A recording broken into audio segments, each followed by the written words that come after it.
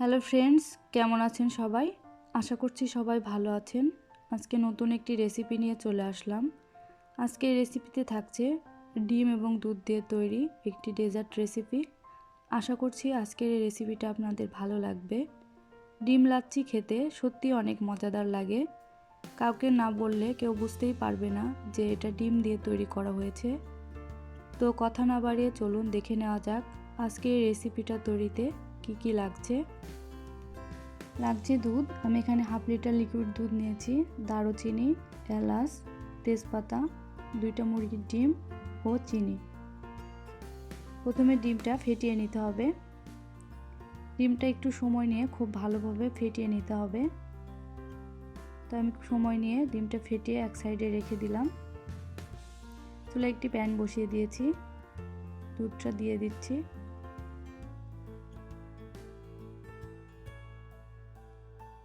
দুধ সামান্য গরম হয়ে এসেছে, পর্যায়ে দিয়ে দিচ্ছি তেজপাতা, দিয়ে দিচ্ছি এলাচ, দিয়ে দিচ্ছি দারুচিনি, নেড়ে চেড়ে সব কিছু মিশিয়ে দিচ্ছি। দিয়ে দিচ্ছি চিনি, যে যেমন মিষ্টি খান সে অনুযায়ী চিনি দিবেন। সব কিছু দেওয়ার পরে খুব ভালোভাবে নেড়ে চেড়ে মিশিয়ে 5-7 মিনিট ফুটিয়ে নিতে হবে। এই মশলাগুলো দেওয়ার ফলে ডিমের যে গন্ধ থাকবে সে গন্ধটা চলে যাবে।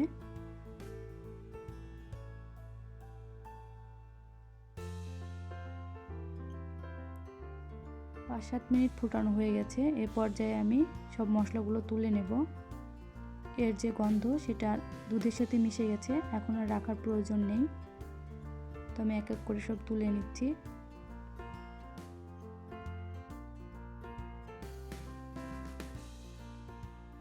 দুধটা আরও 3-4 মিনিটের মতো ফুটিয়ে নিব।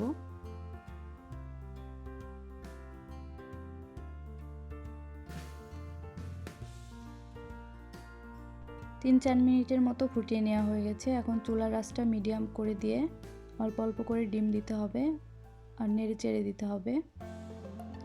একবারে ডিম দেওয়া যাবে না, খুব সামান্য পরিমাণে দিতে হবে আর নাড়তে হবে।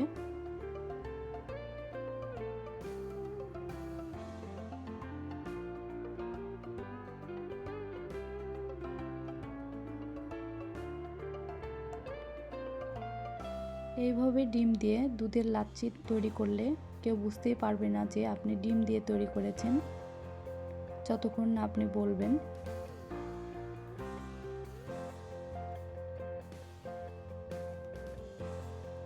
অল্প অল্প করে ডিম দিচ্ছি আর নাড়ছি। দেখুন দুধটা কতটা ঘন হয়ে এসেছে।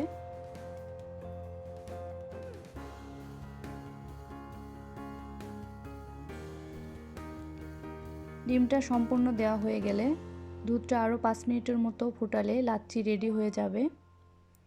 দেখুন কতটা ঘন হয়ে আসছে। সব সময় নেড়ে চেড়ে দিতে হবে যাতে করে নিচে লেগে না যায়। নিচে লেগে গেলে খেতে ভালো লাগবে না, এই জন্য অনবরত নেড়ে চেড়ে দিতে হবে।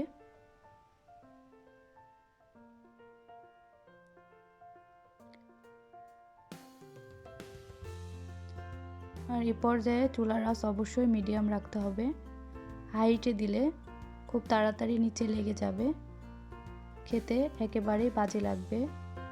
মিডিয়াম আঁচে দিয়ে আস্তে আস্তে নেড়ে চেড়ে রান্না করতে হবে।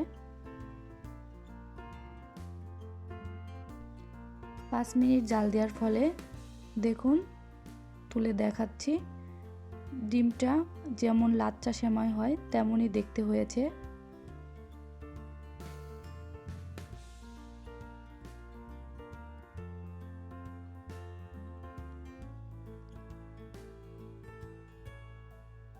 আমি আর 2 মিনিট জাল দিয়ে লাচ্ছিটা চুলা থেকে নামিয়ে নেব।